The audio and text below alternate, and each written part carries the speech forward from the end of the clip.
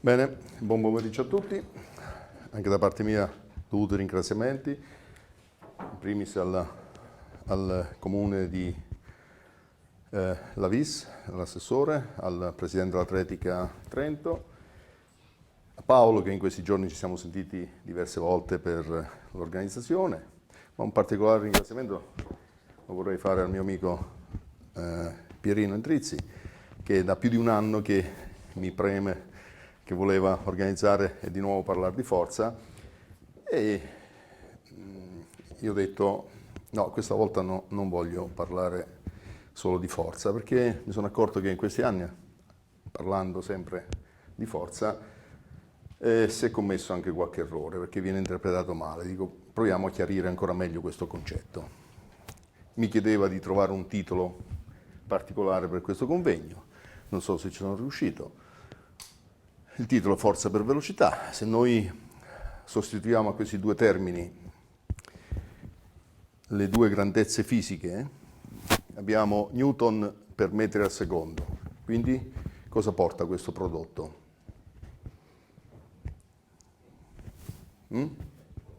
Alla potenza. Quindi cerchiamo di parlare di potenza.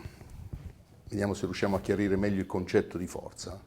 Quindi non solo forza, ma parliamo di potenza, di questo prodotto, forza per velocità. E io adesso farò tutta una carrellata teorica, però poi, ecco, cercate di non perdere la seconda parte che è molto interessante con Sergio, perché alcuni concetti che io adesso esprimerò li vedremo in modo pratico proprio, quindi vediamo come sollevare un sovraccarico, può essere un bilanciere, ma questo non vale solo per il bilanciere, vale per qualsiasi carico noi utilizziamo, anche il nostro peso corporeo è un carico, come può variare questo prodotto, quindi il concetto di potenza. Adesso, prima di entrare nell'argomento specifico, vorrei sottolineare due concetti importanti, perché poi io ci tornerò su ogni volta, quindi proprio uno di carattere fisiologico e uno di carattere metodologico. Sono due aspetti che per me importanti, magari per molti molto semplici, penso per tutti, però vorrei tornare un attimo a chiarire questo concetto. Noi parliamo del sistema che regola il movimento. Qual è il sistema che regola il movimento? È il sistema neuromuscolare. Noi banalmente diciamo che il movimento è dato dal muscolo, no, assolutamente, è dato da un sistema più complesso. Il muscolo non sa fare niente, il muscolo è in grado solo di rispondere a degli stimoli e questi stimoli arrivano dal sistema nervoso. Quindi il sistema è composto dalla parte miogena, i muscoli, dalla parte neurogena, il sistema nervoso, e quando noi alleniamo, attenzione, non alleniamo solo i muscoli, noi alleniamo il sistema nervoso anche, e dobbiamo farlo se vogliamo migliorare alcune caratteristiche che adesso andremo a vedere. Lo stimolo parte dal nostro cervello, arriva sul midollo spinale, attraverso il motoneurone arriva sul muscolo, però attenzione, non c'è solo questo canale diretto, ma ce n'è uno riflesso, che alcuni stimoli partono dal muscolo e tornano al midollo spinale e ritornano poi al muscolo. Quindi dal sistema nervoso centrale arriva attraverso il motoneurone, arrivano sulle fibre muscolari, e vorrei porre un attimino l'attenzione proprio su questo concetto di fibre muscolari.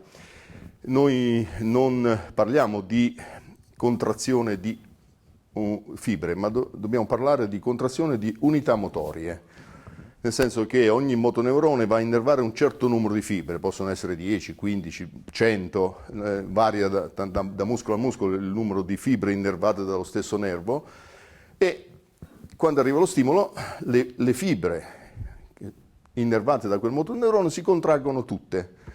Quindi se la fibra è composta da 50, se l'unità motoria è composta da 50 fibre, tutte e 50 si contraggono. Come si contraggono? Vabbè, il meccanismo è semplice, arriva lo stimolo nervoso sulla placca motrice, che è quella dove il nervo termina sul muscolo, da qui vengono liberate sostanze che permettono poi successivamente, se non voglio entrare nei dettagli di tutto questo, che permettono la contrazione muscolare.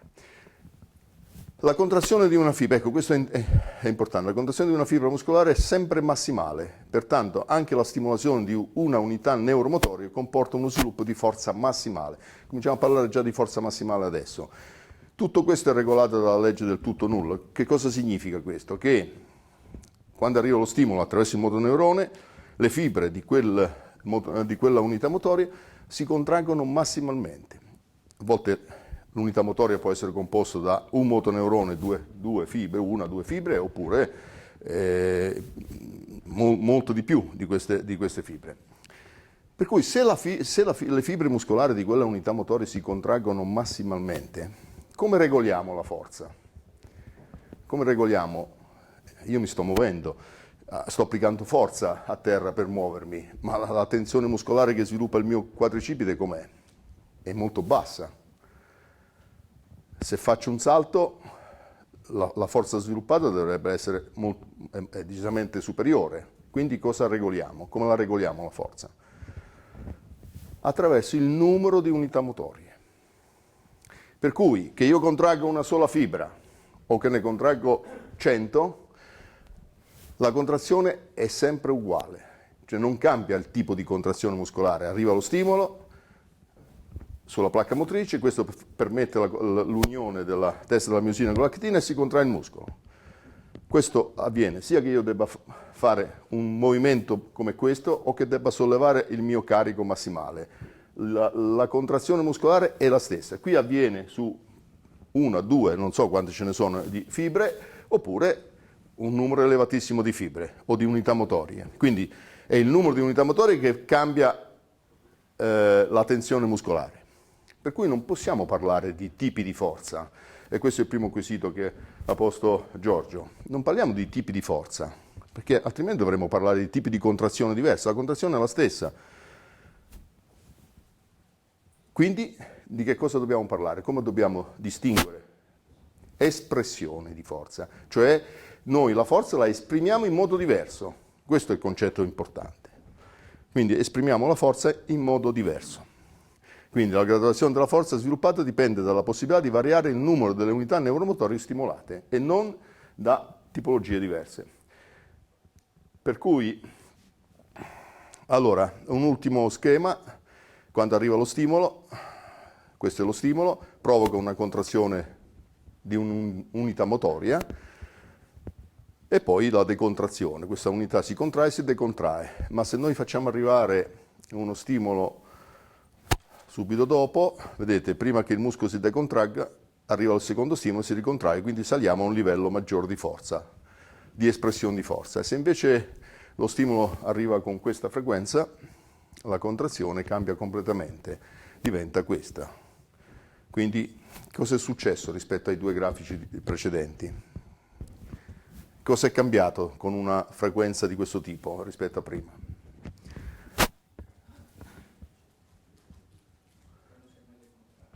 Non si è decontratto, ma cambia un'altra cosa molto importante. Vediamolo in questo modo. Quello che cambia è la frequenza dello stimolo, cioè quanti impulsi arrivano al secondo. Una singola scossa, un singolo impulso mi provoca una scossa, due impulsi con un certo tempo l'uno o l'altro mi crea un livello superiore di forza. Se aumento ancora la frequenza rispetto a questa, posso arrivare anche a un livello di forza massima. Se invece aumenta ancora di più la frequenza, questo livello di forza massima può essere uguale a questo, non cambia il livello di forza. Cosa è cambiato realmente? È cambiato il tempo con cui ho raggiunto quel livello di forza. Qui impiego tempo, da qui, questo è il tempo, qui il tempo è questo. Dov'è che troviamo questa situazione qui? In quale espressione di forza troviamo questa situazione? Dove ci serve? In quella che definiamo forza, l'espressione di forza è esplosiva. Espressione di forza esplosiva, deve avvenire questo per essere esplosivi. E per fare questo cosa dobbiamo fare? Cosa deve succedere al nostro sistema nervoso? Deve arrivare una frequenza altissima e noi quello lo possiamo allenare, quindi determinate esercitazioni vanno fatte per raggiungere questo obiettivo. Lo possiamo fare anche con i sovraccarichi, ma lo dobbiamo fare con tante altre esercitazioni, lo dobbiamo fare, perché sennò questo obiettivo qui non lo raggiungiamo mai. Questa stimolazione è l'ultima parte che riusciamo a migliorare. Perché la prima qual è? Quando noi cominciamo gli allenamenti, cominciamo ad allenarci, impariamo a reclutare nuove unità motorie. Poi cerchiamo di reclutarle in un tempo più breve, fino ad arrivare a questo che viene chiamato la sincronizzazione delle unità motorie, ma questo lo possiamo arrivare a questo solo attraverso frequenze altissime di scariche nervose. Ecco qua, questo succede. Con una frequenza di 50 Hz possiamo arrivare al livello di forza massima. Lo stesso livello di forza non cambia se portiamo la frequenza dello stimolo nervoso da 50 a 100, ma quello che cambia è il tempo con cui raggiungiamo quella forza. E questo è quello che ci interessa, io credo, in tutte le discipline che vengono definite di potenza. Questo concetto è un po' meno evidente nelle discipline di endurance, visto che dobbiamo adoperare il termine endurance, come ha detto Giorgio, e non di resistenza. Però anche lì ha la sua utilità, ma maggiormente nelle discipline di potenza. Bene, che cosa facciamo? Quindi un muscolo può esprimere tantissime tensioni, non dico infinite, ma può cambiare e addirittura cambia anche nel tempo con l'allenamento.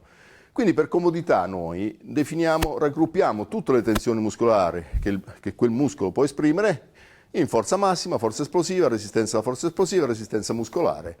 Questo lo facciamo per comodità di allenamento, per dire stiamo allenando la forza esplosiva, stiamo allenando la forza massima, la resistenza alla forza esplosiva o la resistenza muscolare. Cosa cambia in tutte queste espressioni?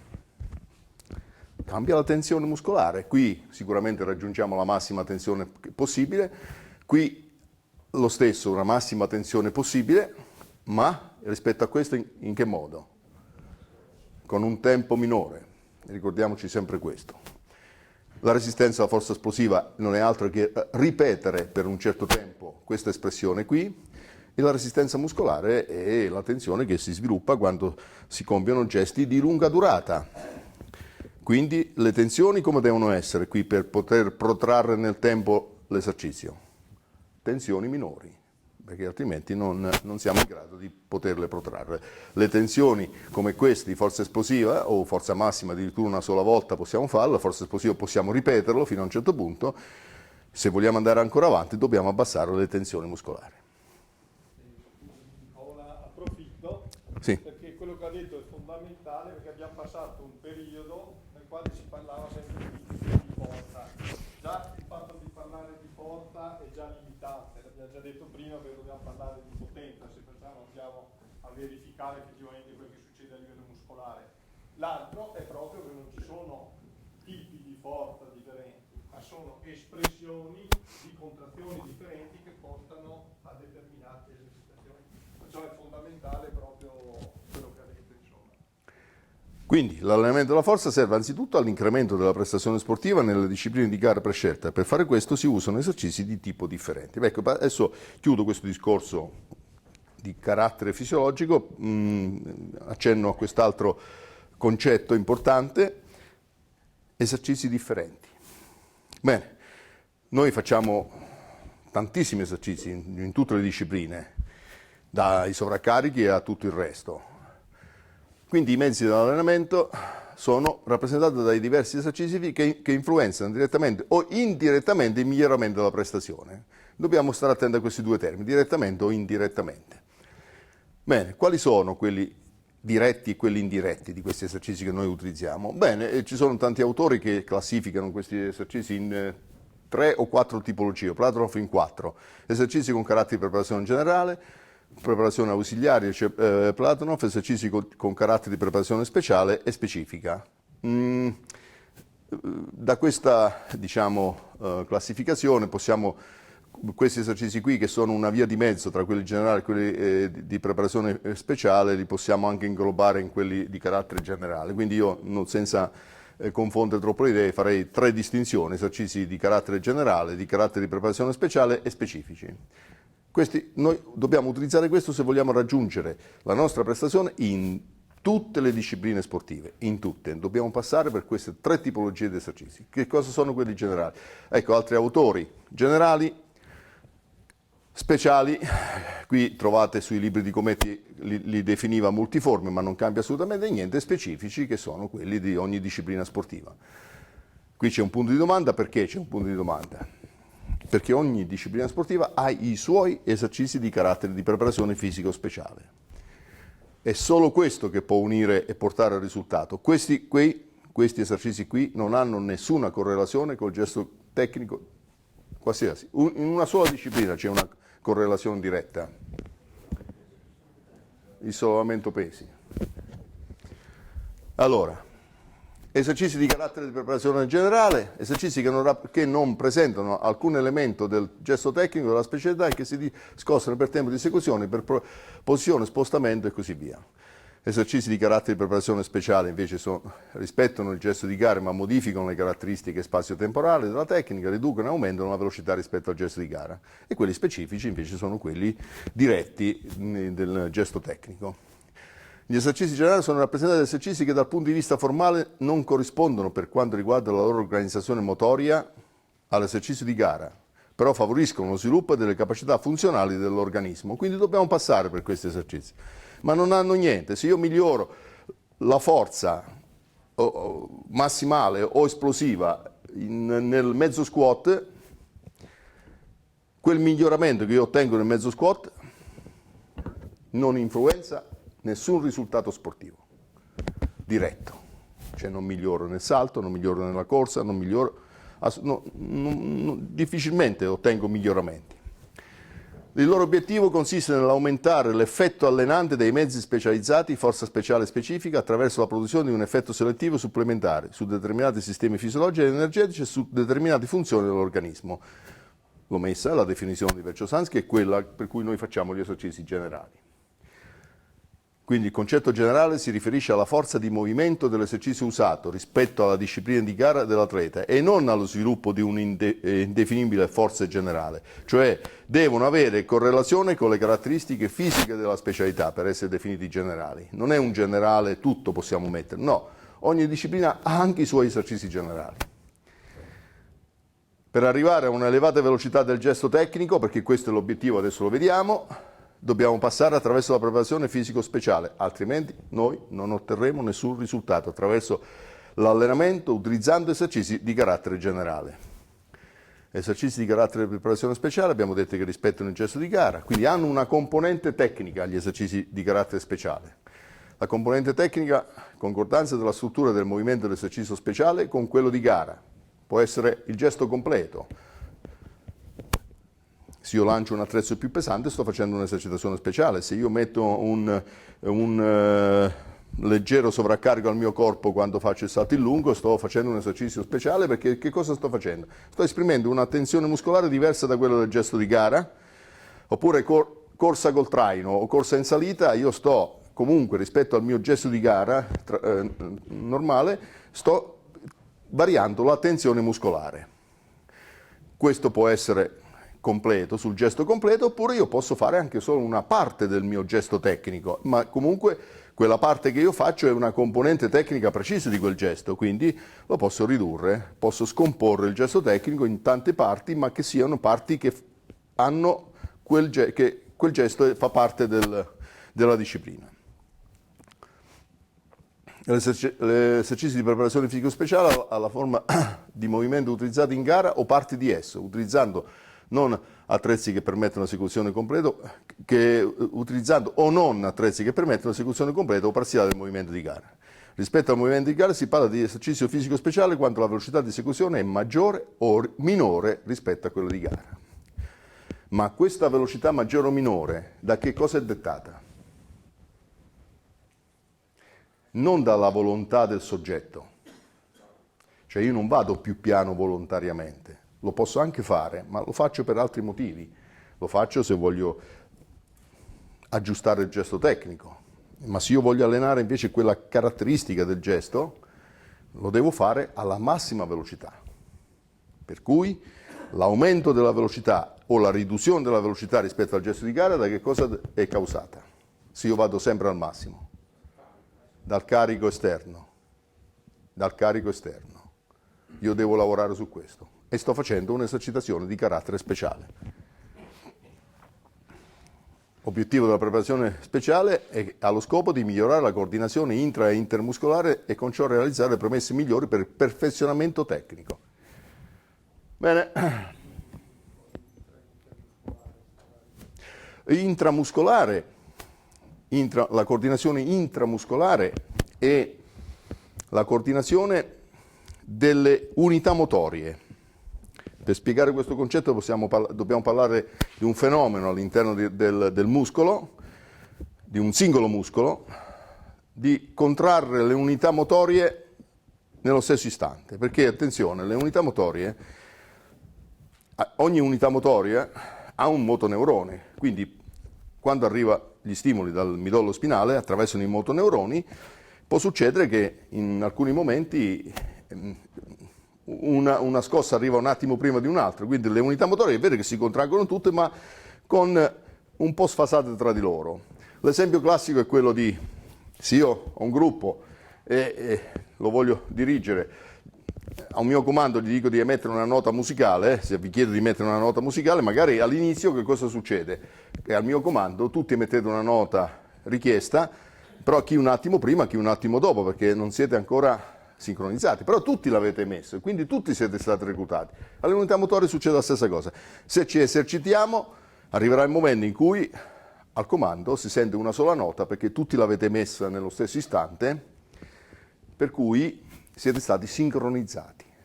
Questo è quello che avviene alle unità motorie di quel muscolo. Quindi la coordinazione intramuscolare è questa. La coordinazione intermuscolare invece è la coordinazione tra, ad esempio, se io faccio un salto, il quadricipite è formato da 4 muscoli. Questi 4 muscoli si devono coordinare tra di loro per farmi fare quel gesto. La contrazione di quei 4 muscoli mi deve far fare quel gesto. Quindi questa è la coordinazione intermuscolare. Ancora per spiegare questo concetto di intermuscolare, io faccio sempre l'esempio di uno studio ormai vecchio, però che rende l'idea bene del concetto di coordinazione intermuscolare e perché bisogna fare esercitazioni di carattere fisico speciale.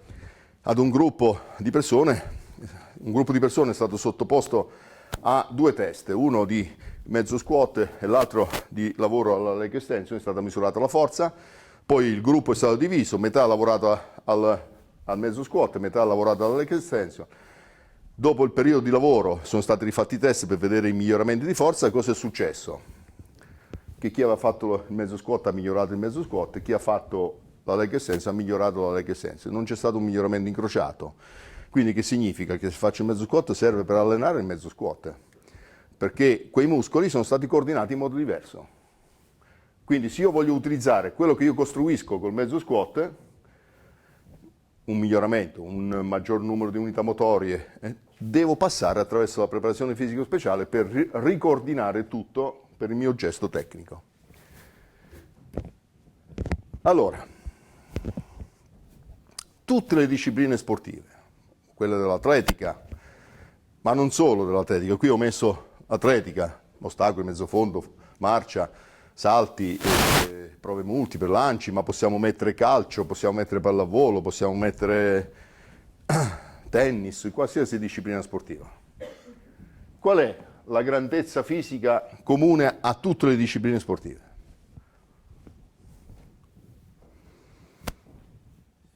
C'è una grandezza fisica che è comune a tutte, la alleniamo tutti. Che cosa alleniamo? La velocità alleniamo, ragazzi. Questo è l'unico obiettivo nostro.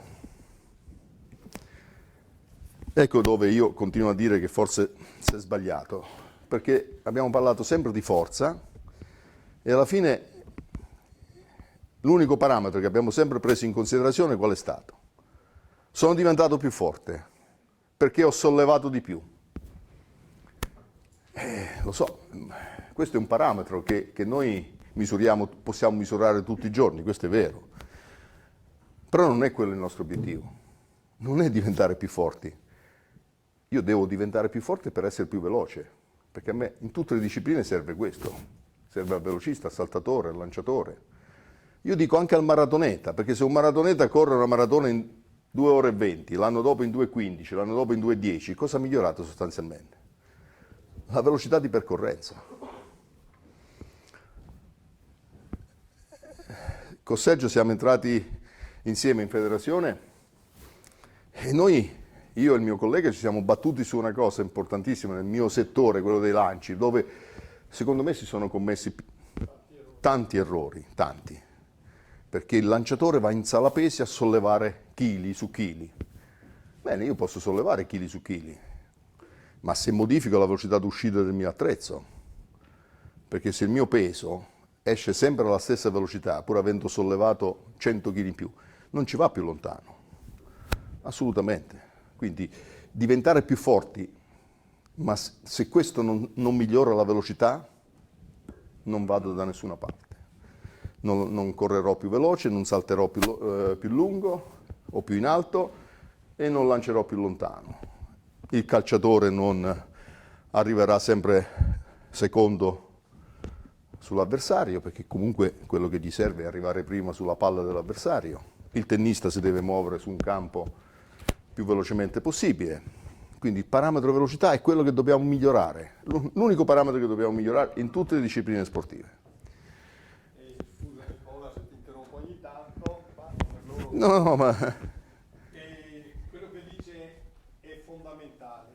Io sento ancora, purtroppo è difficile da scardinare questa mentalità. Noi andiamo, sono direttamente coinvolto con i lanci, perciò andiamo con i lanciatori, i parametri loro si ritrovano al raduno dopo essere stati a casa, cos'è che dicono? Cosa hai fatto di scuola? Cosa hai fatto di strada? Cosa hai fatto?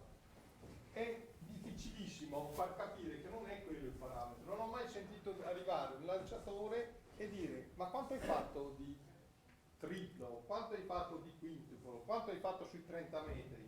Capite? C'è lo sviluppo effettivamente che è quello della velocità. Perché non voglio niente, se sollevo di più è tutto, è niente, ma non è che io ho migliorato la velocità d'esecuzione, perciò questo è fondamentale proprio tutto. Ricordiamocelo perché bisogna anche farlo capire ai nostri ragazzi quando alleniamo, perché altrimenti partono sempre i nostri purtroppo anche a una certa età e sono ormai utilizzati su questo.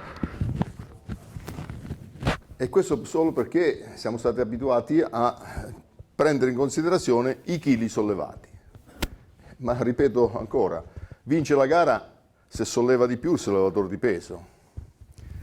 Lui sì che per vincere deve sollevare di più, quindi la forza massima per lui è fondamentale, ma anche loro curano il concetto di potenza, di velocità. Se no non va su. Però loro vincono se sollevano di più. Noi se solleviamo di più, non è detto che miglioriamo la nostra prestazione. Bene, quindi è questo quello che ci interessa. La velocità è data da due parametri, dalle qualità fisiche e dall'aspetto tecnico. L'aspetto tecnico diciamo che tende a stabilizzarsi, perché un atleta stabilizza la propria tecnica, quindi non potrà trarre grossi vantaggi dall'aspetto tecnico e man mano che va avanti. Questo è un grosso... si traggono grossi vantaggi all'inizio, quanto al principiante, perché migliora tantissimo il suo gesto tecnico e quindi da lì può migliorare comunque la prestazione. Poi questa si stabilizza e quindi a me rimangono solo le qualità fisiche. E sulle qualità fisiche, nelle discipline di potenza c'è di mezzo solo l'aspetto neuromuscolare, quindi la forza. Nelle discipline di endurance, di lunga durata, c'è di mezzo anche l'aspetto neuromuscolare, ma c'è di mezzo anche tutto l'aspetto metabolico che va visto insieme a quelli neuromuscolari. Proprio per parlare di velocità mi sono così divertito a calcolare le velocità, in questo caso per le corse, dai 100 metri fino alla maratona, è semplicemente la velocità media questa qui. Ho fatto spazio fratto tempo, quindi del record italiano, del record del mondo di ogni disciplina, del record italiano assoluto e del record italiano allievi. Vedete? Queste sono le velocità medie, il record del mondo, il record italiano e così via.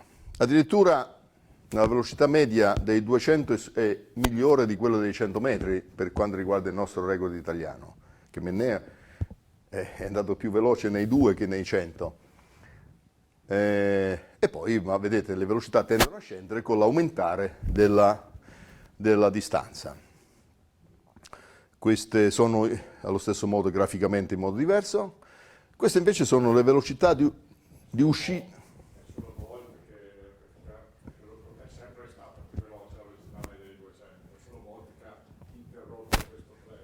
Sì, che è la portata sui 100, quella più elevata.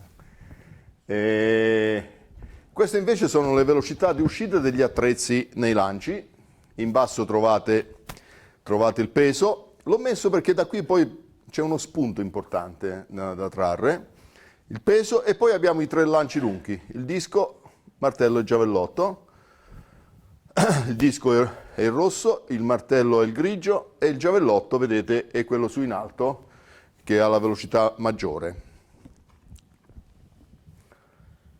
E qui dopo facciamo una riflessione su questi, perché quello dove dobbiamo fare la riflessione è le velocità di questi attrezzi qui e la velocità del peso.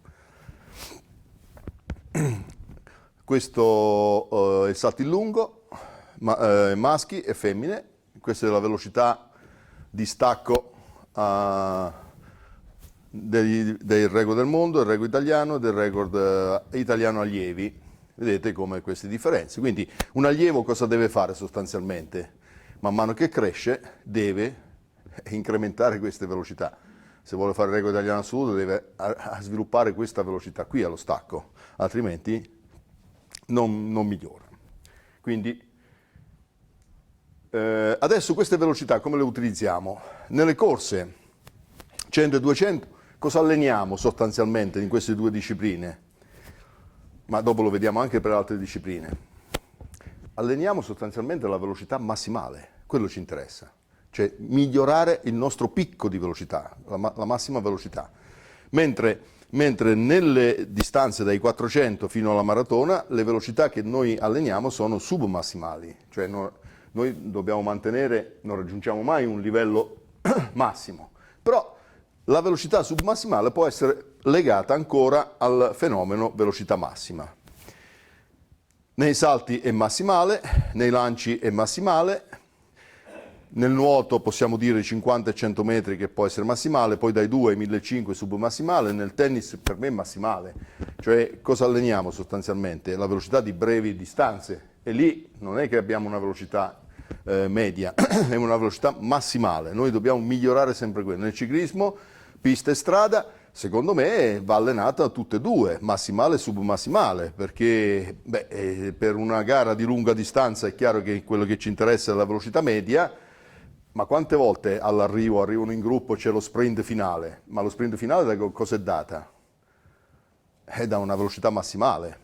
In pista ci sono discipline di altissima velocità, quindi è quella massimale oppure submassimale. Nel calcio e nella pallavolo per me rimane quella massimale da allenare come velocità.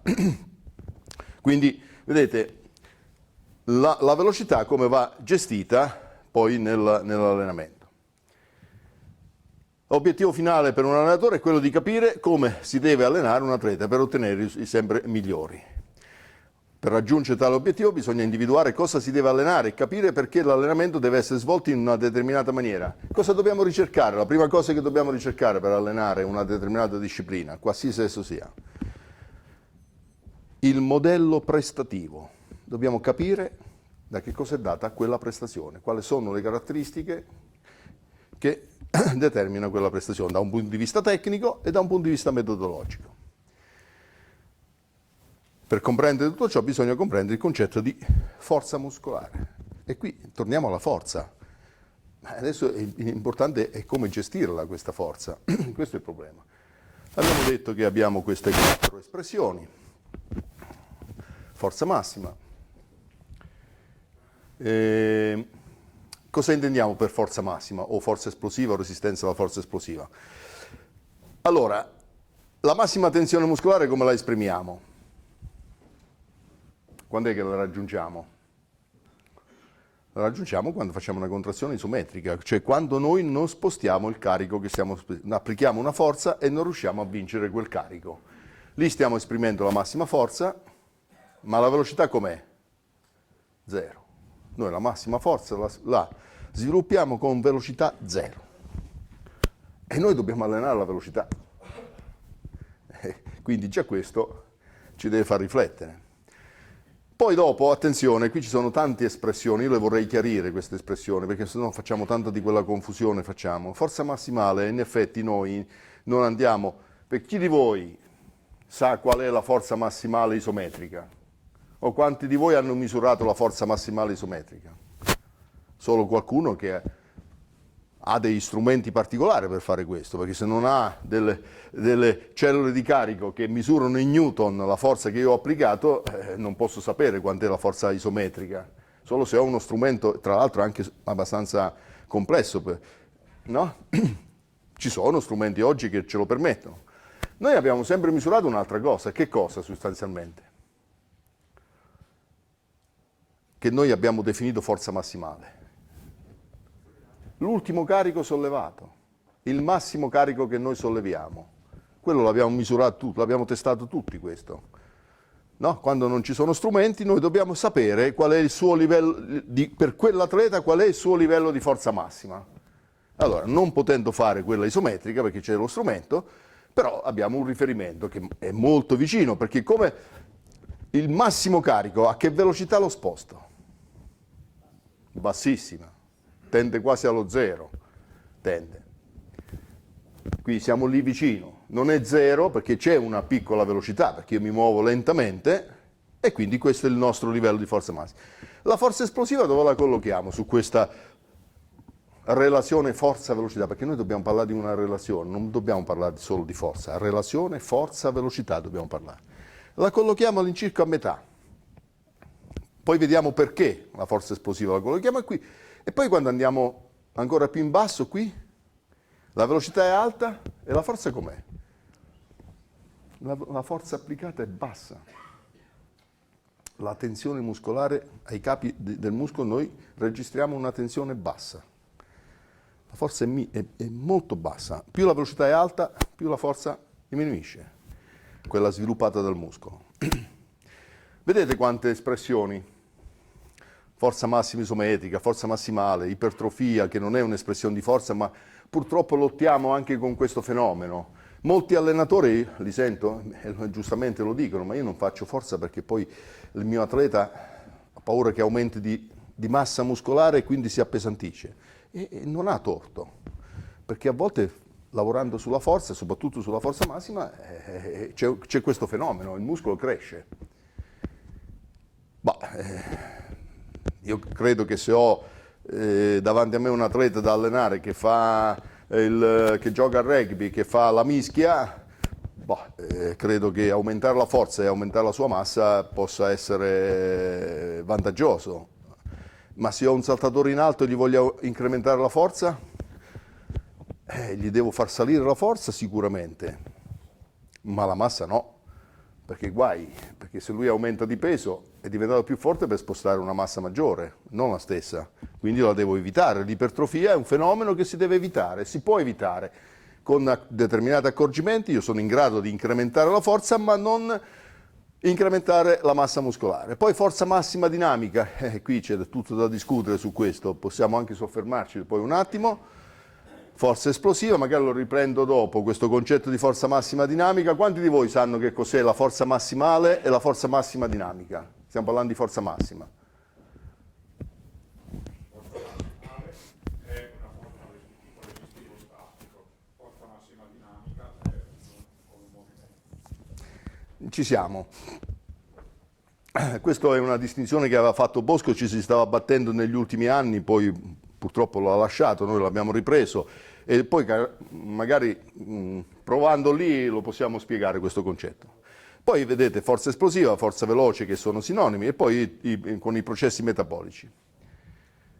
Allora adesso cominciamo a chiarire un po' la terminologia. La prima cosa da fare è questa. Se io, adesso in questo caso ho preso da esempio un lanciatore, ma possiamo fare anche un saltatore o qualsiasi altra disciplina, gli faccio lanciare un peso, x chili, e fa diversi lanci a distanze diverse finché non raggiunge la sua massima distanza che può in quel momento.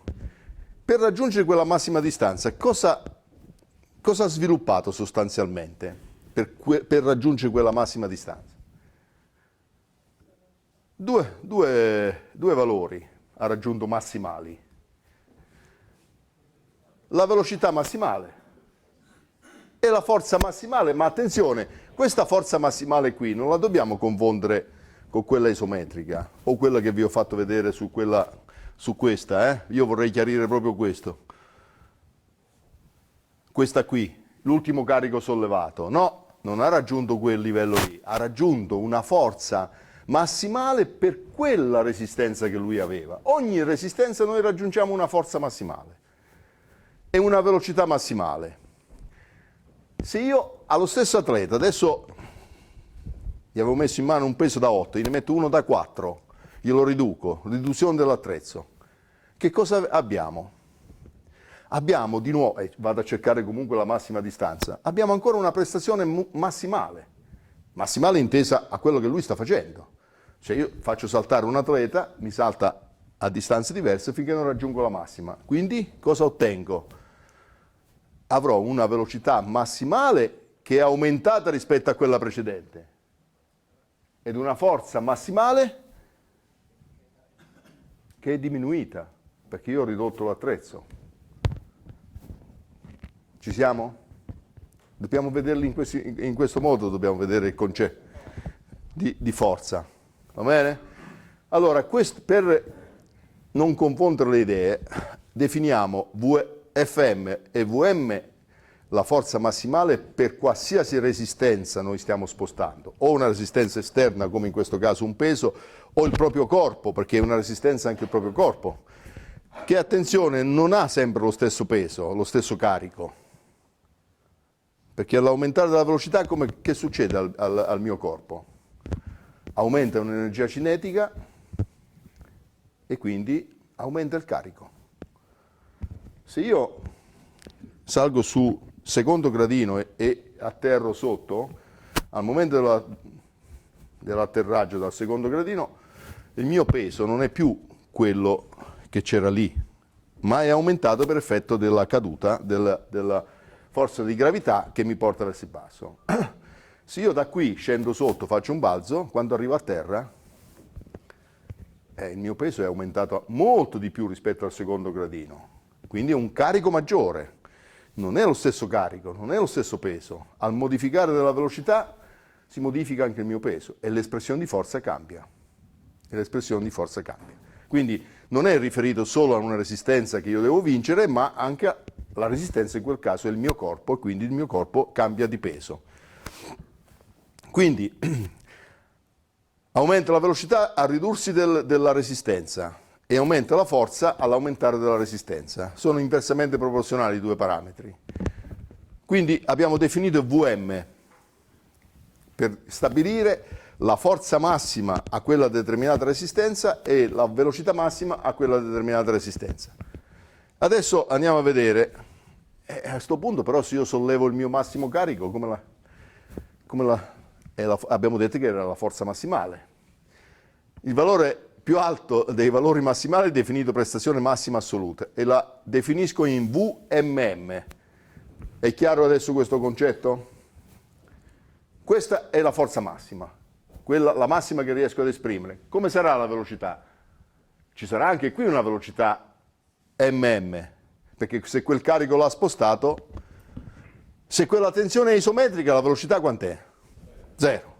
Se l'ha spostato sarà 0, qualcosa sarà, ma c'è una piccola componente e quella velocità lì è massimale.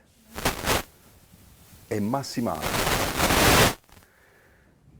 Quella differenza che faceva il professor Bosco su forza massima e forza massima dinamica si riferisce proprio a questo, perché ci sono resistenze che normalmente vanno dall'85% del mio carico massimo,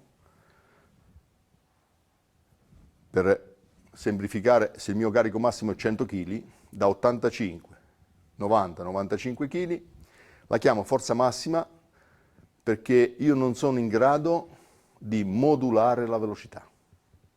Un carico del 90% del mio massimo non sono in grado di spostarlo lentamente o velocemente. Come lo sposto quel carico?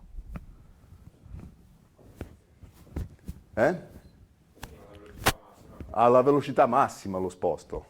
Non posso decidere di andare più piano.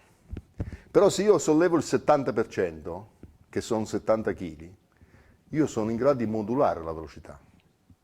Lo posso spostare velocemente o lentamente. E questa differenza fa una bella differenza proprio su quel concetto di ipertrofia. Perché alla fine l'obiettivo finale è lo stesso, ma con due effetti diversi. La forza massima la miglioro, ma anche l'ipertrofia. Poi dopo ci torniamo su. Quindi, su una relazione forza-velocità, questo è un test che poi Sergio lo farà vedere, come viene fuori questa curva. È uno dei tanti test che facciamo ai nostri atleti. Che cosa abbiamo? Che all'aumentare del carico diminuisce la velocità. Queste velocità sono tutte velocità massimali. Qui abbiamo la velocità massima, la MM qui, e la FMM qui, 0. Poi qui in mezzo abbiamo tante velocità massime per ogni carico e tanta forza massima per ogni carico. Perché ogni carico l'atleta ha sviluppato una tensione massimale con una velocità massimale. Questa è la curva della potenza. Il titolo del convegno era Forza per velocità. Vediamo come si raggiunge questa potenza. Se io sposto un carico leggero, quindi sta qui, questa forza espressa e poi dopo viene tradotto, quei chili vengono tradotti in newton, e ho sviluppato questa massima velocità. Il prodotto di questa forza per questa velocità mi dà questo valore di potenza, che io metto lì. Aumento il carico, cosa succede? Diminuisce la velocità. Ma il prodotto è ancora più alto di prima, quindi ottengo questo valore di potenza. Voi capite che qui in mezzo posso creare tanti altri punti. Poi aumenta ancora il carico, diminuisce la velocità e ottengo questo picco di velocità qui. Di potenza, scusate. L'apice di questa curva. Qui c'è un valore unico. Poi aumenta ancora la forza e diminuisce ancora di più la velocità. Cosa succede alla potenza? Diminuisce. Vedete, qui sale la potenza, raggiunge un massimo, diminuisce. Però attenzione. Quindi io ho su questa curva due valori di potenza uguali.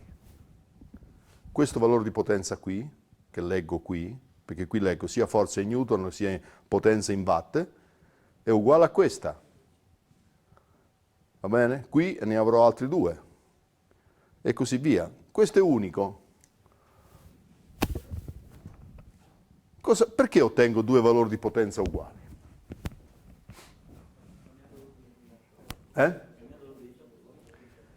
Certo, qui ho ottenuto questo valore di potenza con una forza bassa ma una velocità elevata. Qui ho ottenuto lo stesso valore di potenza con una forza maggiore e una velocità minore. Il prodotto mi dà sempre quel valore lì. Aumentando uno e diminuendo l'altro, io posso ottenere sempre lo stesso risultato. È un prodotto.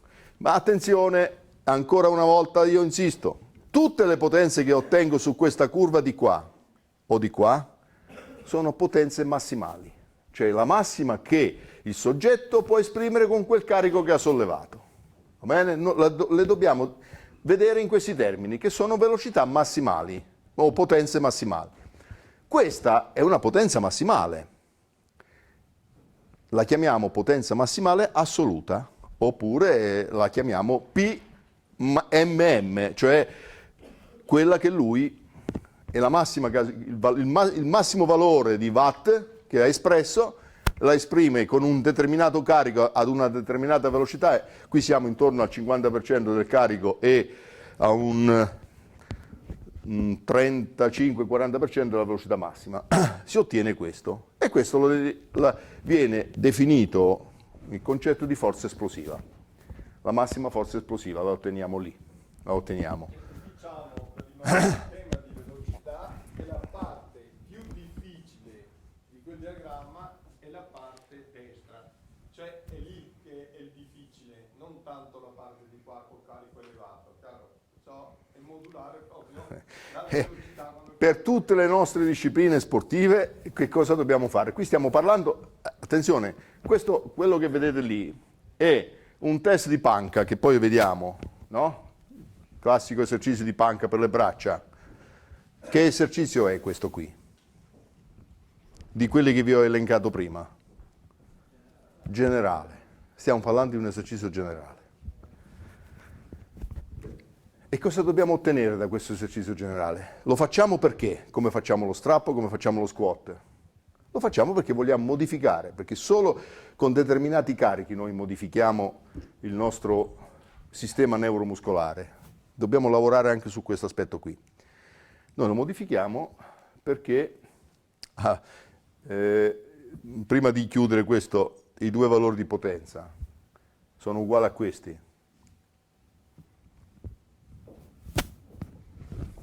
Noi possiamo avere un camion e una Ferrari che hanno gli stessi cavalli, vapore o potenza. La differenza dove sta? Nella velocità. Questo sposta carichi elevati, ma va lentamente. Questo con la stessa potenza il motore fa un numero di giri maggiore e va più veloce, ma è uguale. E nelle nostre discipline, atletica o tutto il resto, di che cosa abbiamo bisogno? Del camion o della Ferrari? Abbiamo bisogno della Ferrari, abbiamo bisogno. Se no non andiamo da nessuna parte. Abbiamo bisogno della Ferrari. Però questo è un motore che viene costruito in laboratorio e risponde sempre allo stesso modo, risponde. E il nostro corpo invece no, i nostri muscoli che sono i motori, è lo stesso, è il motore, quello che sta qui dentro, sono i nostri muscoli. E il problema sa qual è? Che questa Ferrari nasce così e morirà così, non gli possiamo fare niente. Svilupperà quei stessi cavalli. E il nostro muscolo, il nostro motore invece lo modifichiamo. E lo modifichiamo come vogliamo. Lo possiamo far diventare un camion o una Ferrari. Perché purtroppo si modula. Con quello che gli facciamo fare, lui risponde sempre in un modo o nell'altro. E per fortuna. Ma attenzione, perché se sbagliamo, è difficile poi che torniamo qui. E io continuo a dire, lo dico, che tanti nostri talenti scoperti in atletica li abbiamo persi perché Madre Natura gli aveva dato delle bellissime caratteristiche, soprattutto quelle di velocità. Finché non li abbiamo allenati sono andati fortissimi. Poi quando abbiamo deciso che li dovevamo far diventare un po' più forti, che si dovevano allenare e che dovevano diventare forti, molti sono diventati forti,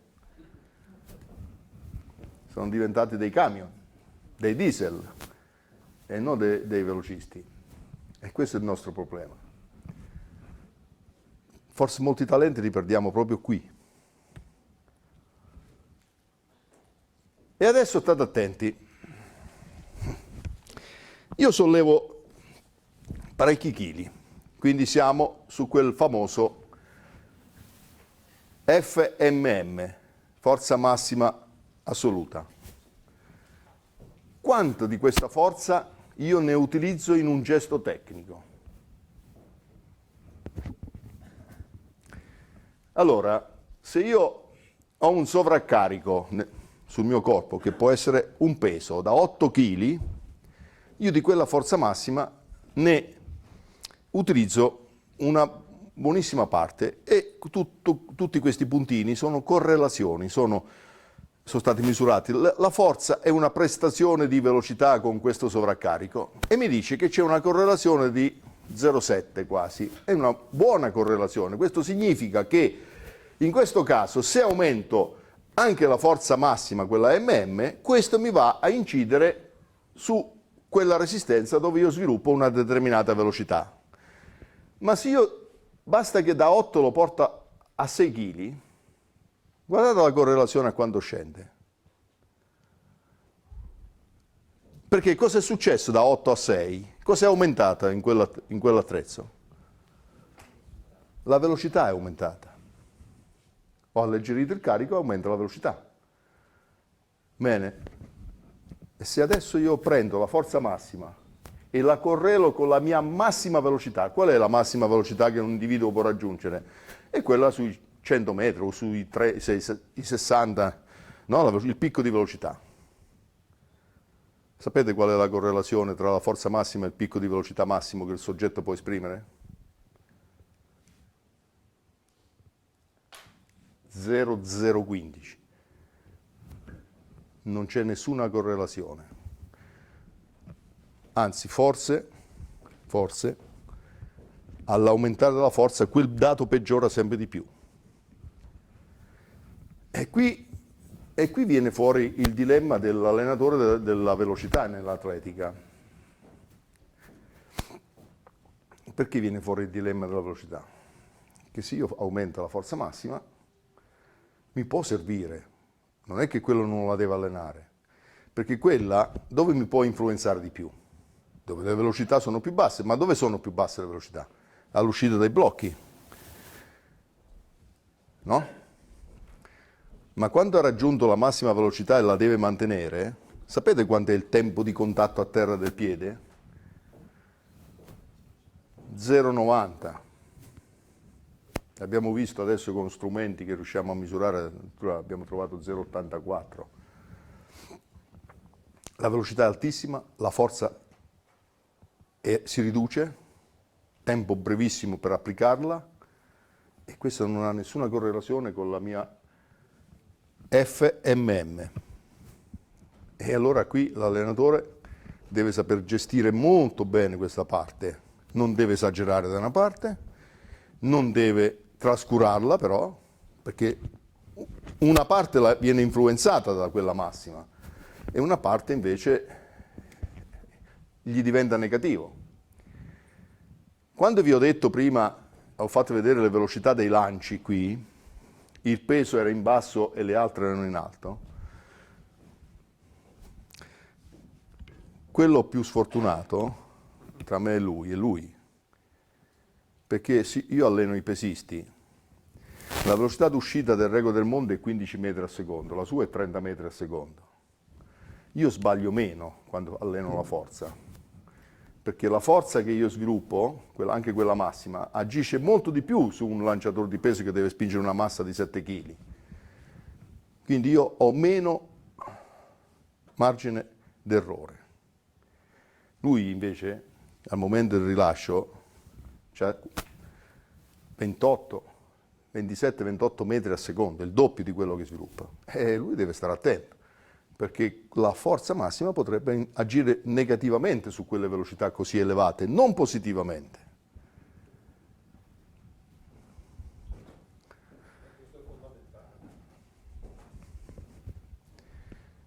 E così per tutte le altre discipline.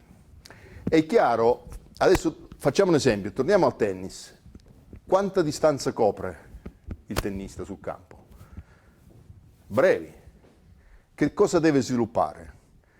Velocità elevate, sì, ma non raggiunge velocità altissime, perché è in fase di accelerazione, come l'atleta che esce dai blocchi. Velocità zero si deve mettere in movimento.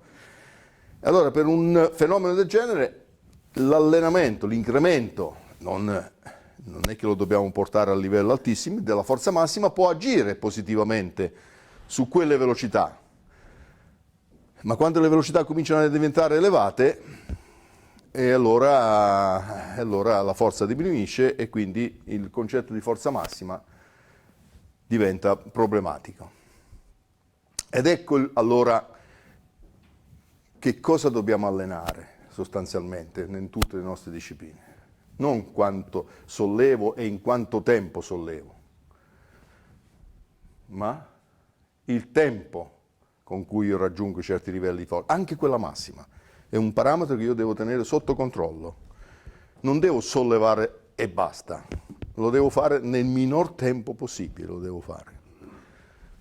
Vedete, qui ci sono corsi di velocità, salti lunghi, salti in alto, rilascio di un peso, giavellotto, spinta della mano al volteggio al cavallo addirittura. Questi sono i tempi di applicazione della forza. Più i tempi sono bassi, corsi di velocità 0, questo significa 80 centesimi, 100 millesimi di secondo.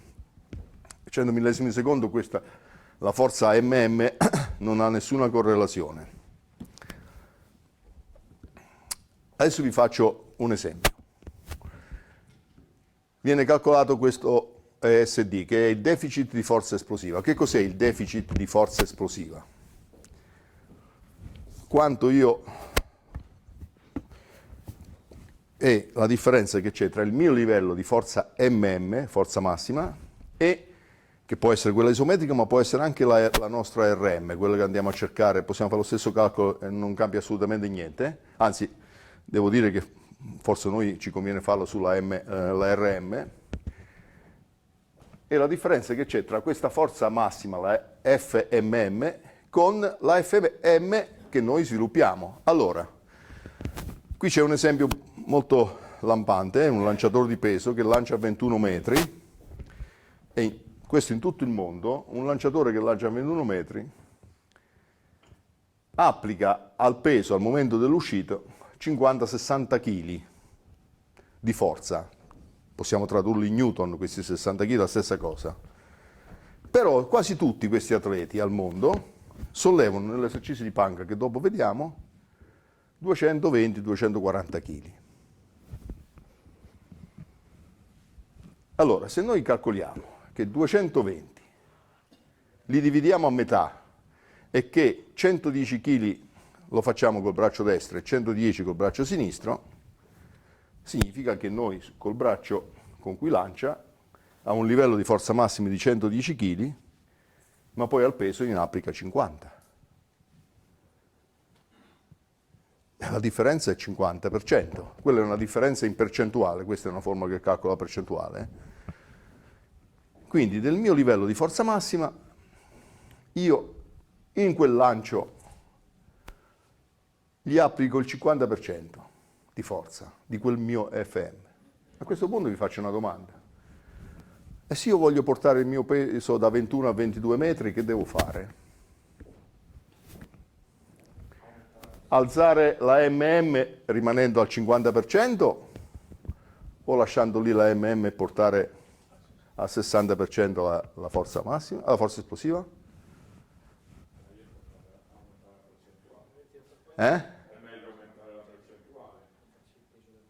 O meglio, ridurla la percentuale. Sì, aumentare la percentuale nel senso che aumenta quella sotto. Allora, sapete cosa? Questo fenomeno qui dove si verifica? Se noi abbiamo un principiante e ha un livello di forza massima basso, lo alleniamo all'inizio, gli aumentiamo questo livello di forza MM, inizialmente si ripercuote molto positivamente sulla forza esplosiva. Poi arriviamo a un certo punto che la MM continuiamo a farla crescere, e questo è l'errore di tanti atleti, perché vanno sempre dietro a questo fenomeno, no? E qui gli rimane sempre lì. Cioè, se questo atleta da 2,40 passa a 2,50, 2,60 e qui non è cambiato niente, o meglio, se è rimasto il 50%, allora sì che può trasmettere di non più 60 ma 65, 70 kg, quindi potrebbe anche migliorare. Ma a volte succede che questa sale e questa no. Quindi lui può fare anche 2,50, ma se questa è rimasta lì e quindi la percentuale si è ridotta, lontano non ci va il peso. Assolutamente. E difatti succede proprio questo, che a un certo punto, migliorando la forza massima, vediamo crescere anche le prestazioni, inizialmente. Ecco perché nei giovani bisogna stare attenti, perché questo fenomeno è molto evidente. E dopo la forza massima continua a crescere, perché quell'atleta continua a sollevare sempre di più, ma le prestazioni sono sempre le stesse. È per questo fenomeno. Quindi io devo tenere sotto controllo questo, non questo. Lo dobbiamo tenere sotto controllo costantemente questo fenomeno. In che modo? Oggi è più, diciamo, più fattibile, perché ci sono strumenti anche abbastanza economici che ci permettono di tenere sotto controllo l'allenamento e vedere come funziona. Prima era un po' più, era l'occhio, l'esperienza dell'allenatore che portava a questo. Ed è questo sostanzialmente, il picco, è questo picco qui. Ma questo picco abbiamo detto che lo otteniamo addirittura con il 50, forse anche meno del 50% della RM. Quindi io mi devo preoccupare di questo, e non di tutto il resto. In effetti questo è un Qui abbiamo preso la forza isometrica perché ce l'abbiamo, lo strumento ce lo dà. Quindi questo valore qui è quel deficit di forza esplosiva. Allora, adesso abbiamo due atleti, A e B. Chi è più forte? Mi faccio la domanda.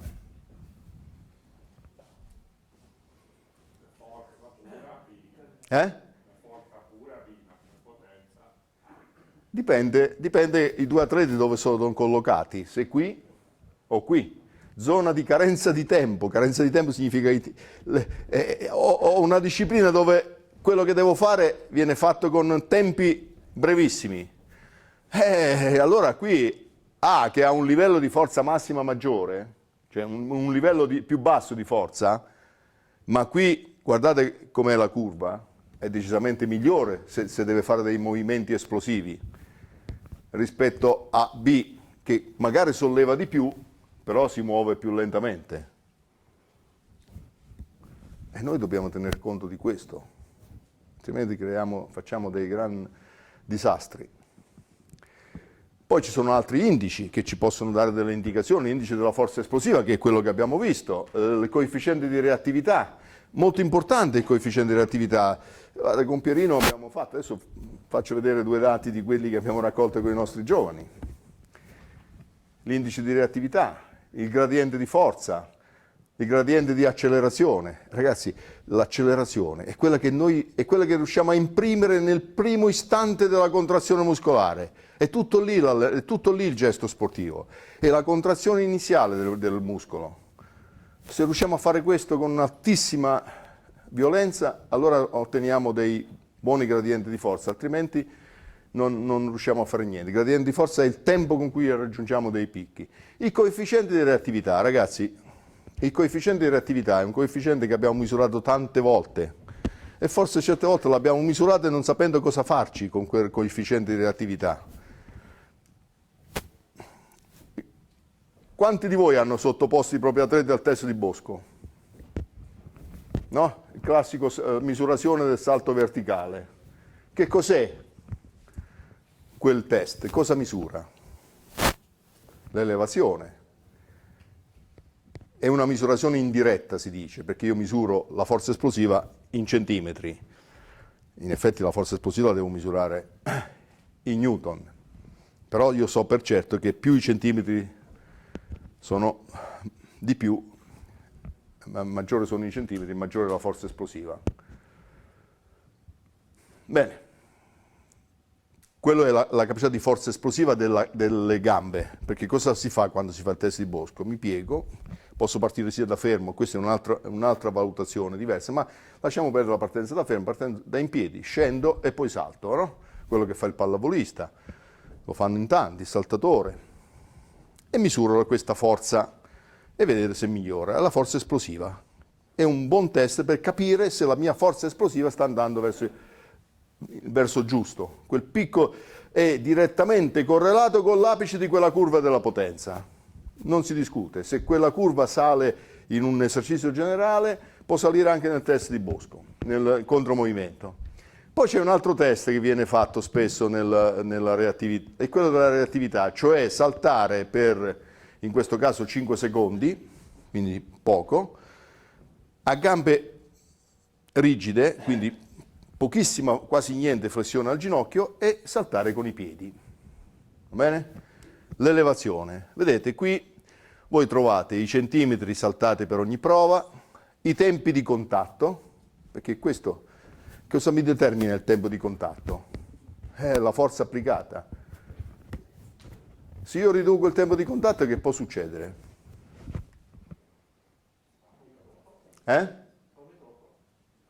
Magari. Se riduco i tempi di contatto, la forza diminuisce. E attenzione, e invece noi dobbiamo fare proprio questo, perché lo possiamo fare. Noi dovremmo cercare di saltare di più e ridurre anche i tempi di contatto. Perché questo succede al velocista nella fase lanciata, ha bisogno di questo.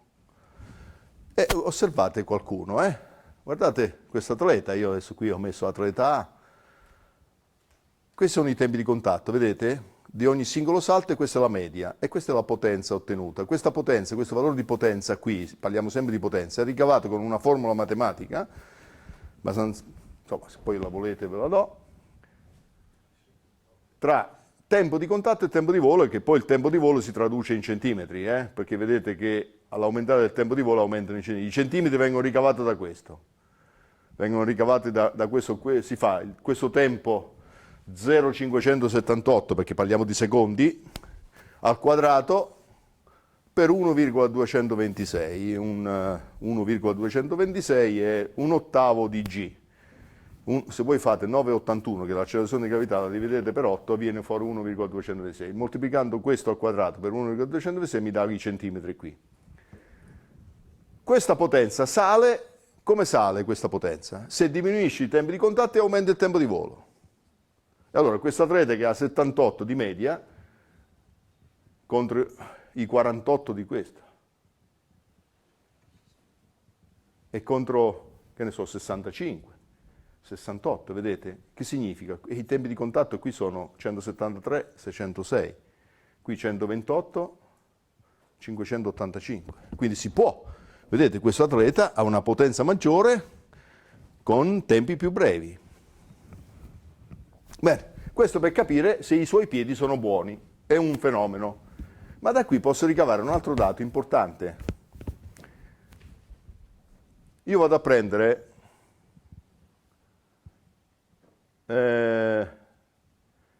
il salto migliore, vedete, li ho cercati. Qui saltato 44, 47, è il salto migliore che ha fatto in questi 7 salti che ha eseguito. Prendo questo valore, il migliore, è fatto a gambe tese e quindi vado su solo. L'altezza è determinata dal lavoro dei piedi.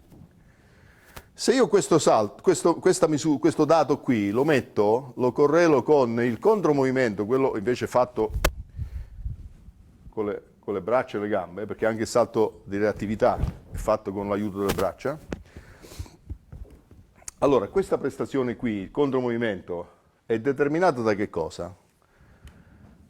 La prestazione è data dal lavoro del quadricipite, perché io mi sono piegato fino a qui, quindi chi mi fa andare in alto è la forza del quadricipite. Il miglior salto nella reattività, perché ho fatto 7 saltelli, è determinato dal lavoro dei piedi. Va bene?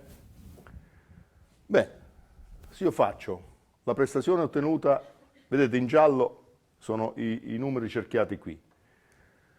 Se io faccio questo, fratto questo, viene fuori 0,90, 0,72, 0,88, 0,93, 1, 0,94, 1,07.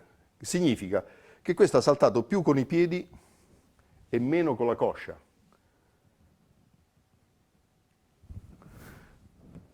Questo valore come lo possiamo interpretare da un punto di vista tecnico? Che ce ne facciamo? Chi è di voi che allena gli 800?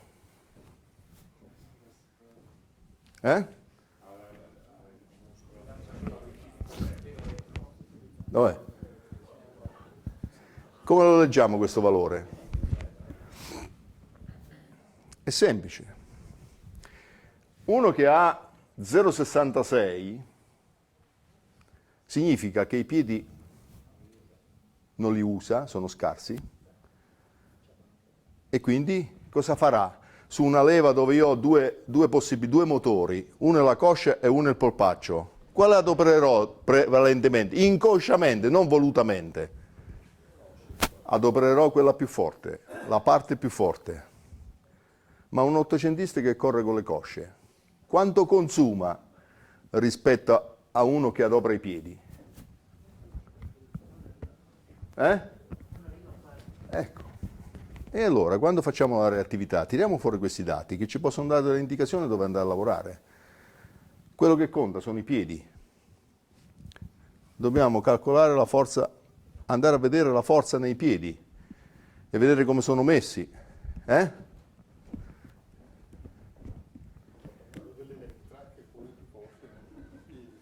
E allora lì sicuramente troveremo un rapporto di questo tipo. E lì, una volta individuato, ci si lavora, ragazzi, non è solo individuare il problema. Spesso non si riesce a capire questo fenomeno. Quindi la reattività è un elemento importante per un atleta. E stiamo parlando di sport di resistenza, ma quanto può risparmiare quell'atleta?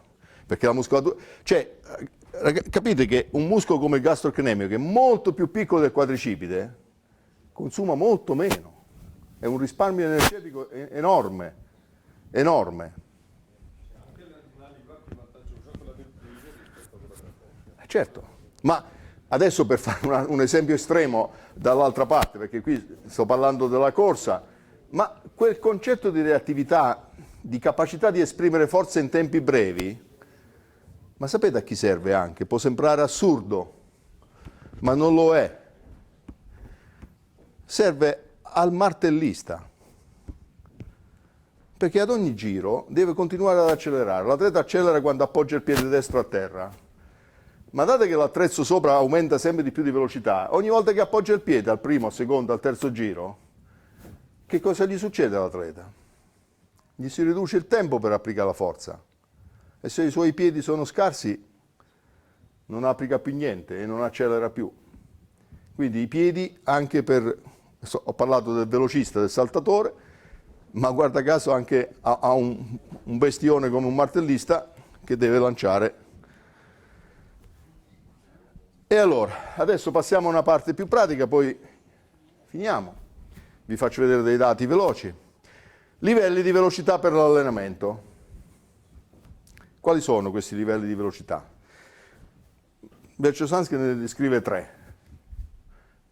La velocità limite o velocità record. Qual è la velocità limite o velocità record? È quella che vi ho fatto vedere io in quel grafico all'inizio. È la velocità massima che io ottengo nel mio record personale, in qualsiasi disciplina pratico. È la mia velocità massima. Rappresenta l'obiettivo principale del processo di allenamento e deve essere raggiunta al momento delle gare più importanti. È lì che devo migliorare. Se miglioro questa velocità, io miglioro il mio record personale. Bene, per migliorare questa velocità come devo lavorare? Devo lavorare con una che viene definita velocità massima, ma che non è questa, ma che può essere più lenta, minore o maggiore di questa qui. Perché io devo lavorare proprio su questo. Devo lavorare. E come faccio a lavorare con velocità maggiori o minori? Devo creare delle situazioni che me lo permettano, ma io sempre al massimo devo andare. È qualcosa di esterno che mi fa andare più lentamente o più velocemente. Io devo aumentare o diminuire la EVM di quel gesto. Oppure poi ci sono velocità ottimali con cui lavoro e che ne so, sono quelle che ad esempio nel mezzofondo in determinati, sono quelle velocità medie che mi permettono di, non stiamo parlando di velocità massimali qui, stiamo parlando di determinate velocità che non sono massimali ma che devo gestire comunque per poter allenare in modo corretto. Quindi se io ho un atleta che ha questo record in un lancio, 28 metri e 33, io se voglio migliorare questa prestazione qui, che è il suo record, io devo lavorare con velocità inferiori, quindi 27 e 34, o velocità maggiori, cioè 29. Io la devo creare questa situazione qui per andare qui, per migliorare, salire da qui a sopra. Se io non lavoro ai due lati, non miglioro, assolutamente. Se io non miglioro da una parte e dall'altra, se non lavoro da una parte e dall'altra, non riuscirò mai a migliorare questo. E questa è la stessa cosa per le distanze di lunga, per la resistenza. Che cosa abbiamo? Dobbiamo andare a valutare, capire quali sono i parametri dell'atleta per stabilire che cosa. È sempre la stessa cosa, ragazzi. Le varie soglie, ma andiamo, semplifichiamo, velocità 1, velocità 2, velocità 3. Sono le velocità che io devo rispettare, che sono quelle ottimali, per poter continuare a migliorare. Questi negli sport di resistenza. Quindi è sempre la velocità che c'è di mezzo, è sempre, in ogni esercitazione dobbiamo tenere sempre conto di questo. La forza massima e la capacità di forza esplosiva o forza rapida costituiscono i presupposti condizionali per le massime prestazioni nei singoli movimenti, ciclici e aciclici. La resistenza garantisce che vi sia la necessaria continuità d'azione con impegni di forza ottimali per il numero necessario di cicli successivi di movimento. Quindi questo è il concetto di resistenza. Io devo ragionare sulle velocità medie o ottimali, chiamiamole. Beh, velocemente ancora, questo è il gradiente di forza, avevamo detto prima, quanto tempo impiego per raggiungere quella forza. Vedete, questo è un movimento classico di un salto, un contromovement jump, misurato con strumenti, con piattaforme di forza. Eccola qui. Vedete questa linea verticale? Qui che lo trovate sincronizzate sullo spostamento del baricentro, sulla forza applicata sulla piattaforma, la velocità e l'accelerazione. Dov'è che applico la massima forza quando io faccio un salto di questo tipo? Scendo e vado su. La massima forza io la applico al massimo piegamento quando sono qui. E qui, al momento dell'inversione, che inizio la spinta, ed è proprio quella forza che ho applicato lì che mi determina la prestazione poi. Lì, tutto lì sta, tutto in quell'istante.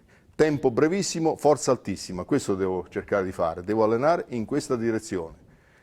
Quali sono le esercitazioni migliori per fare questo? Ragazzi, è inutile che mi si dice che i balzi fanno male. Non fanno male. Vanno fatti in modo corretto, prima di tutto, con gradualità, ma vanno fatti, perché solo in quelle condizioni lì riusciamo a sviluppare queste forze qui per migliorare la velocità. Dobbiamo lavorare con esercitazioni che hanno tempi brevi e forze altissime.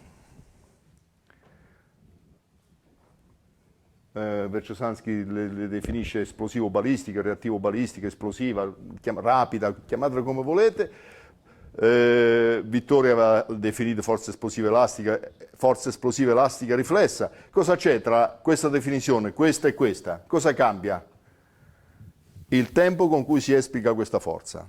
Dalla massima immobilità impiego più tempo, se sono in movimento col prestiramento applico ancora tanta forza in un tempo minore, e se sono nella fase lanciata della corsa applico una forza più bassa ma con tempi sempre più brevi. Ma allora, a questo punto, chi deve fare gesti estremamente veloci, cosa fa? Non la fa la forza? Allora, avevamo detto che la forza massima su una resistenza di 8 kg c'è una buona correlazione.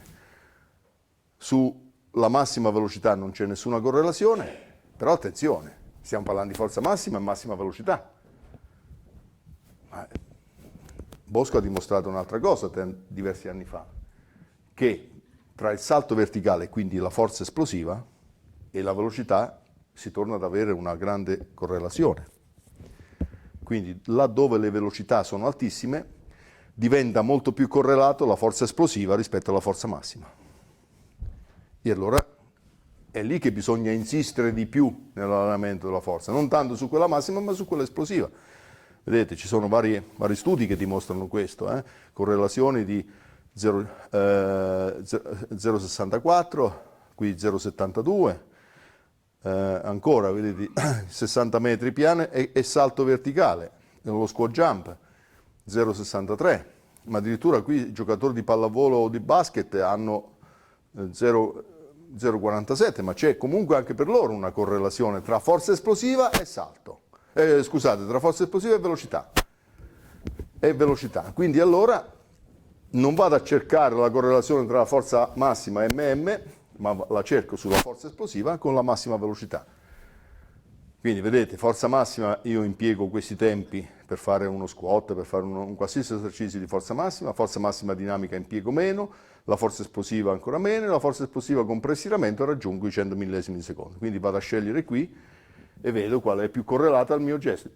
Quindi devo capire qual è il mio modello prestativo e da lì devo decidere su quale lavoro fare. Relazione forza-velocità, andiamo veloci. Qui giusto per farvi ancora capire la forza e la velocità, l'aumentare la velocità, vedete l'andamento e la potenza, l'abbiamo già visto. Bene, e allora, se qui abbiamo la cosiddetta forza esplosiva, l'apice di questa curva, qui la massima velocità, allora questa forza massima è correlata con questa è correlata con la massima velocità. qui la scelta sta a me su quale versante devo lavorare maggiormente. Vabbè, questo lo scorriamo velocemente. Ecco, questa è una relazione forza-velocità. Attenzione, torniamo all'esercizio generale, velocemente. Ho ottenuto in un primo test questa relazione, forza-velocità. Successivo test, l'abbiamo già vista adesso, come deve essere il miglioramento. Il miglioramento deve essere così.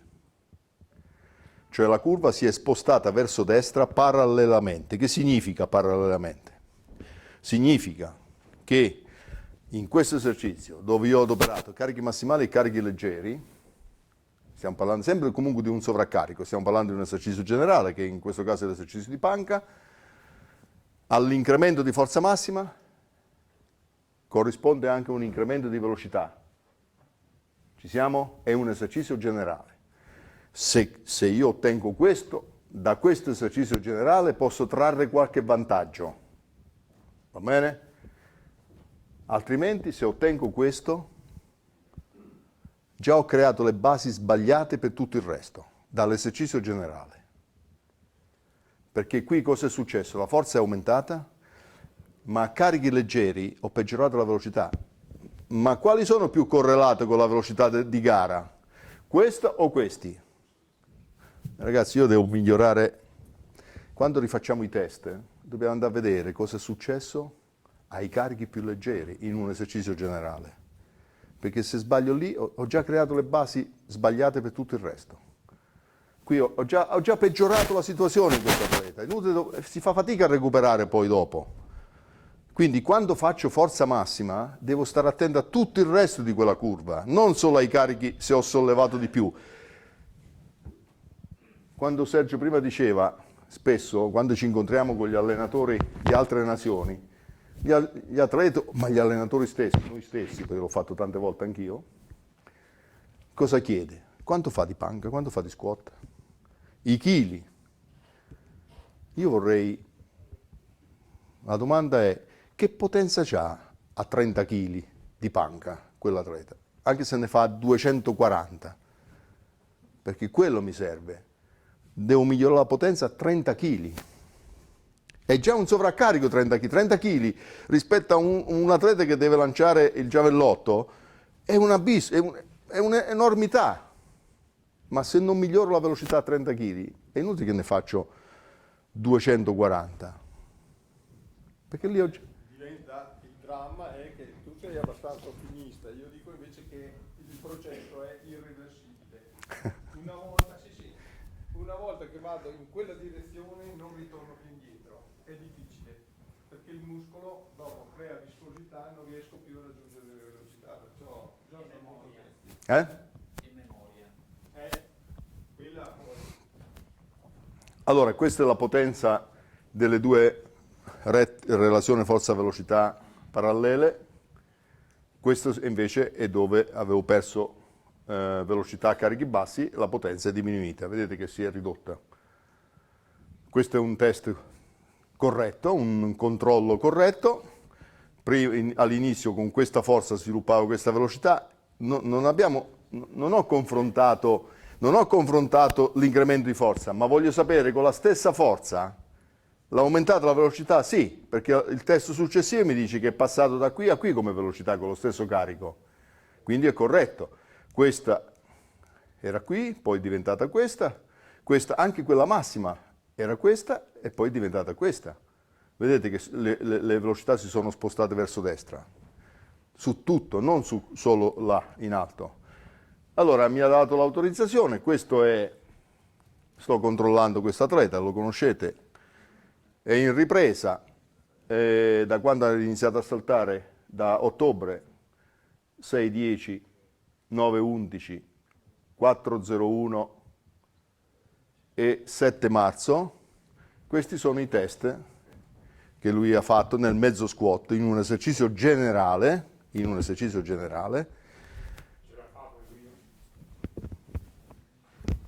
ce la può fare, sta bene. Il primo test è blu, il secondo, vedete, cosa era successo? Lui aveva era carente perché non aveva potuto fare grandi lavori, ha migliorato. Vedete dove si è spostata la curva? Si è spostata qui e si è spostata anche di qua, quindi quando si sposta da questo lato è aumentata la forza massima, e già qui ci poteva stare tra ottobre e novembre, ma guai dopo. Difatti nei due successivi, vedete, è andato verso destra, quindi da questo punto di vista, da un esercizio generale, attenzione, stiamo parlando di un esercizio generale, però le premesse sono quelle giuste nell'esercizio generale. Poi dopo c'è tutto il resto per saltare lontano, Ma guai se a marzo questa curva, invece di essere qui, magari era più in alto, più a sinistra e poi era ancora qui. Avevamo creato le basi sbagliate, assolutamente. Cosa andiamo a controllare quando facciamo questi controlli dell'allenamento della forza? Controlliamo una marea di parametri. La potenza, qui, vedete, questi sono i carichi che lui ha sollevato per fare il test, 120, 140, 160, 180, 200, 220.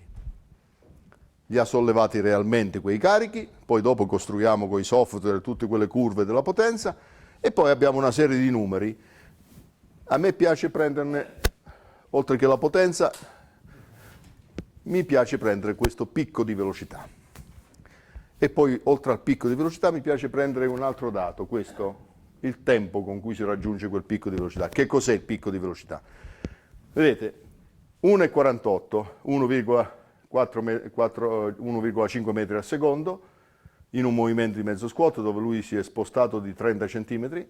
Questa è la velocità media, 0,77, il picco è 1,48. Com'è in un movimento di mezzo squat la velocità? La velocità... no, questo lo vediamo dopo. È così. Questa è la velocità della fase di discesa. Qui, questo punto, ci troviamo dove esattamente in un movimento di mezzo squat? Nel punto più basso. Da qui è arrivato qui. Velocità 0. Qui la velocità era aumentata negativamente, poi torna a 0 e poi qui inizia la fase di risalita. Quindi da 0 la velocità cresce, cresce, cresce, arriva a un picco e poi decresce per tornare a 0 dove? Quando sono arrivato nel punto più alto. Lì è fermo, la velocità ridiventa 0. Quindi c'è un momento dove si raggiunge questo picco di velocità. Questo picco di velocità in un mezzo squat dove io non stacco i piedi si raggiunge più o meno qui. Prima che io finisca il movimento, perché da lì io mi devo fermare, non è che posso continuare a incrementare la velocità. Quindi si raggiunge più o meno qui. Beh, io dico questo, se in un movimento, con un carico di 30 kg, ha raggiunto questo picco,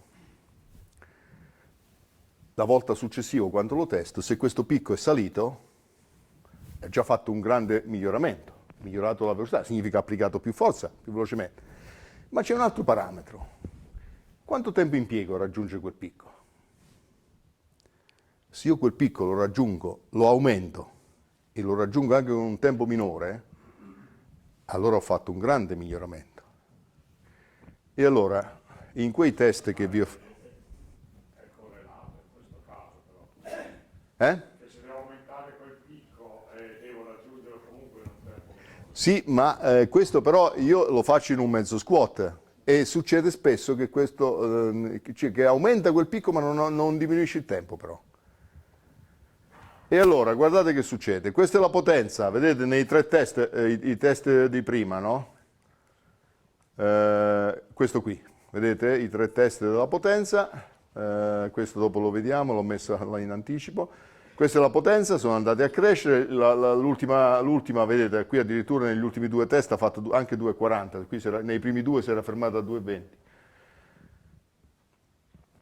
1, 2, 3, 4. Questa è la velocità media che va ad aumentare, questo è il picco di velocità che va a crescere e il tempo con cui si raggiunge quel picco, soprattutto in questa prima parte, tende a diminuire. Questo è un grande risultato che bisogna ottenere, mentre il gradiente di forza, torno un attimo indietro, è questo, vedete. Questo era il primo, quel rapporto tra forza massima e forza esplosiva, e qui invece a parità di forza massima uguale ottengo un una riduzione, una percentuale maggiore di forza esplosiva rispetto a quella massima. Questo è un altro dato importante. Velocemente chiudo. Allora, posso anche fare un grafico di questo tipo. Io prendo i valori della velocità per ogni carico sollevato, mi riferisco a questi qui, mi riferisco a questi valori qui, della forza, vedete, Newton, e della velocità. Quindi velocità 0,77 a 120, 73 a 140, vedete che la velocità tende a diminuire all'aumentare del carico. E ricostruisco un dato e mi dice questo grafico quanto io devo, eccolo qua. Vedete che non sono perfettamente allineati, significa che ci sono carichi che sposto un po' più velocemente, altri meno, uno 0,94 di correlazione, poi 0,90, anche l'ultimo 0,98 si sono allineati maggiormente i carichi, quindi questo mi dice dove magari andare a lavorare un po' di più con i carichi per riallineare questo. A volte poi è sufficiente spostare quella parte bassa, ma attenzione, questo non lo devo fare solo con gli esercizi in palestra con i bilancieri, ma lo devo fare con tutto, lo devo fare. Ad esempio, questi sono gli attrezzi di gara nei lanci, ma lo posso fare anche con un esercizio come i lanci dorsali con attrezzi diversi. Io non devo lanciare un solo attrezzo nel fare forza, ma lo devo fare con vari carichi, perché devo tenere sotto controllo la velocità maggiore, quindi attrezzi più leggeri. Lo posso fare con i balzi. Si può fare benissimo, vedere la distanza che si ottiene. Io posso chiedere a un atleta di fargli fare un decuplo, 10 balzi di seguito e andare a misurare la massima distanza. Se faccio questo, in quale direzione sto andando? Verso la forza, va bene? Ma se io gli chiedo di fare un decuplo, di andare il più lontano possibile, ma con una velocità maggiore, perché gli chiedo di andare più veloce a fare quei balzi, sto andando verso la velocità. Per cui anche i balzi devono essere gestiti in questa maniera, verso la forza o verso la velocità. E li metto in relazione ancora lì e quindi vado a vedere cosa succede. E questi sono, per chiudere, tipi di contrazioni muscolari. La contrazione isometrica, questa è l'attività elettrica, forza in percentuale è quella massima, il rapporto tra l'attività elettrica e forza è 1 e il tempo, di solito una contrazione isometrica è di 6 secondi, 6.000 millisecondi. Un movimento concentrico con carico, un movimento concentrico significa che parto da massima immobilità e distendo. L'attività elettrica è alta e questo mi dice che può servire questo esercizio perché vado a stimolare il sistema nervoso. La forza in percentuale rispetto a quella isometrica è minore e il tempo è questo, quindi devo stare attento a questo tempo. Concentrica esplosiva, c'è un salto verticale, vedete, l'attività elettrica sale ancora, la forza diminuisce e il tempo si riduce. Eccentrica lenta, cioè scendo lentamente, con carichi elevati, eccentrica esplosiva, concentrica dopo lento prestiramento, quindi ad esempio fase di mezzo squat con 50, da 0,5 a 3 volte il peso corporeo, e concentrica dopo prestiramento violento, cioè fase di concentrica dopo caduta, bloccando le ginocchia. Guardate i tempi con queste esercitazioni.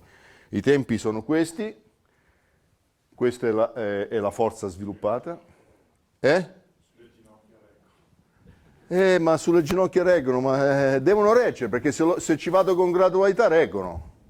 È chiaro che se lo faccio fare, se provo a scendere da qui, è chiaro che le mie ginocchia può darsi che rimangono lì per terra, ma un atleta lo deve fare, se vuole crescere. Vedete, c'è il tempo con cui si esplica questa forza, la forza, l'attività elettrica è importante, perché l'attività elettrica è quella, abbiamo detto all'inizio, che è quella che mi determina tutto, quindi la devo allenare, la devo sollecitare.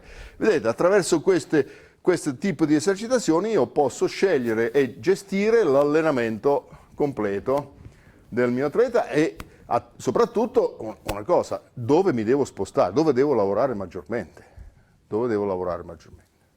Beh, io direi che dopo magari riprendiamo anche durante la prova, possiamo fare ancora qualcos'altro, per adesso facciamo la pausa.